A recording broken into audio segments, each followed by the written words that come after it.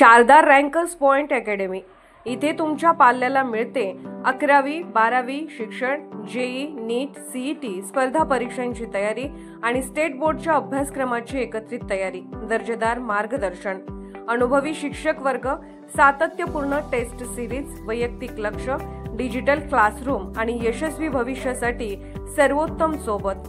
आजच Sharda रँकर्स point academy मध्ये प्रवेश घेऊन यशाच्या शिखरावर पोहोचण्याची पहिली पायरी ठेवा। आमच्या सोबत तुमचे डॉक्टर, इंजिनियर बनण्याचे स्वप्न नक्की पूर्ण होईल। प्रवेशासाठी संपर्क 93 72 79 52 35।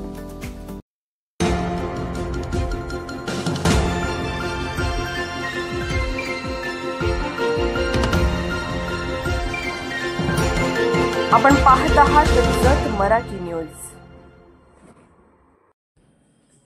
म्हैसाळ पाईपलाईनला गळतीचे ग्रहण, वळसंग परिसरातील शेतीचं मोठं नुकसान।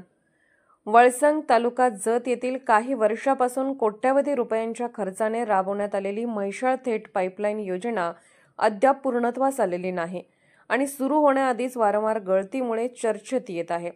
बुधवार दिनांक 25 दुपारी वळसंग शिवारात पुन्हा एकदा पाईपलाईन फुटल्याने मोठ्या प्रमाणात गळती झाली असून लाखो लिटर पाणी वाया गेले। या गळतीमुळे परिसरातील शेतकऱ्यांचे मूग, तूर आदी पिकांचे मोठ्या प्रमाणात नुकसान झाले आहे।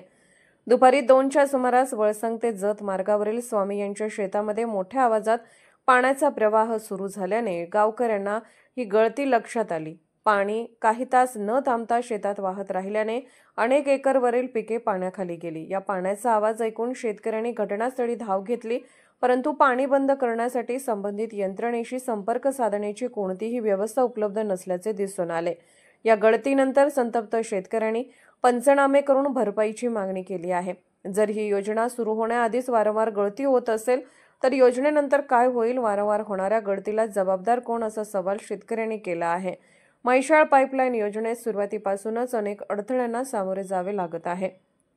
नियोजनातील त्रुटी, देखभाल व दुरुस्तीच्या यंत्रणेचा अभाव तसेच आपत्कालीन परिस्थितीला तोंड देण्यासाठी कोणतीही पूर्वसूचना प्रणाली नसल्याने शेतकऱ्यांचे आर्थिक नुकसान वाढण्याची शक्यता आहे। शेतकऱ्यांनी संबंधित विभागाकडून ठोस उपाययोजना व नुकसान भरपाई मागणी केली असून योजनेतील गळतीचे मूळ कारण शोधून पाईपलाईनमधील दोष दूर करण्यात यावे अशी मागणीही ग्रामस्थातून होत आहे। जत मराठी न्यूज चॅनलला लाईक करा, शेअर करा आणि सबस्क्राईब करा।